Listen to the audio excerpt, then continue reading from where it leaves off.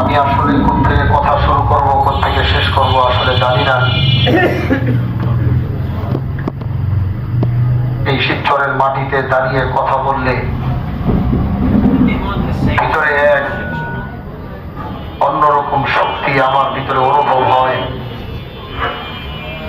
ডানে তাকাইলে মনে হয় এই ভাই আমার, বামে তাকালে মনে হয় এই মাটি আমার, রাস্তা দিয়ে চললে মনে হয় এই জমিন আমার। কারণ এটা এমনি এমনি হয় নাই। এই পর্যন্ত আসতে 250 বছর পর্যন্ত আমাদের অপেক্ষা করতে হয়েছে। 250 বছর ধরে এই পরিবার দেশ ও জাতির কল্যাণে যে সংগ্রাম করে যাচ্ছে,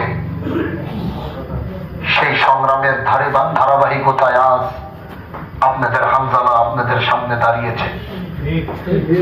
আমি এখানে কোনো বক্তব্য দেওয়ার জন্য দাঁড়াইনি, সংক্ষিপ্ত দুইটা কথা বলি শেষ করবো। আজ আমাদের এটা এমনি আমাদের একটা মত বিনিময় সভা ছিল, কারণ আশেপাশ থেকে সবাই অস্থির হয়ে গেছে।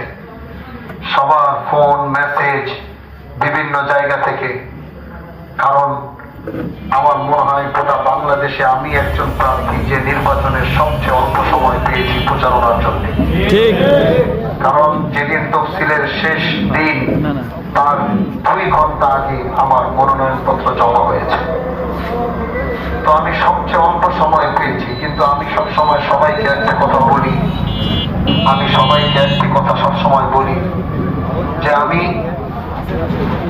হয়তো অল্প প্রচারণার অল্প কিছু সময় আমি পেয়েছি, কিন্তু আমার বিশ্বাস আমি এই শিবচরে 3,24,000 ভোটারের অন্তরের ভিতরে জায়গা নিয়েছি। আমি কথাটা সব জায়গায় বলেছি। আপনারা এই শিবচরের মাটিতে গত 1 থেকে 1.5 বছরে আমার একটা পোস্টারে কোথাও ছবি দেখেছেন?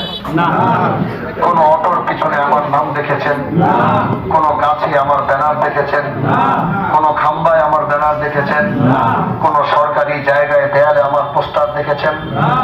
গত 1.5 বছরে এখানে কেউ বলতে পারবে না শিবচরের কোন অলিতে গলিতে ঘাটে রাস্তায় আমার একটি পোস্টার বা আমার একটি ছবি আপনারা দেখেছেন। আমি এই কথাটি বলেছি, আমি পোস্টারে জায়গা নেইনি। আমি এই দেশের মানুষের, দেশের যুব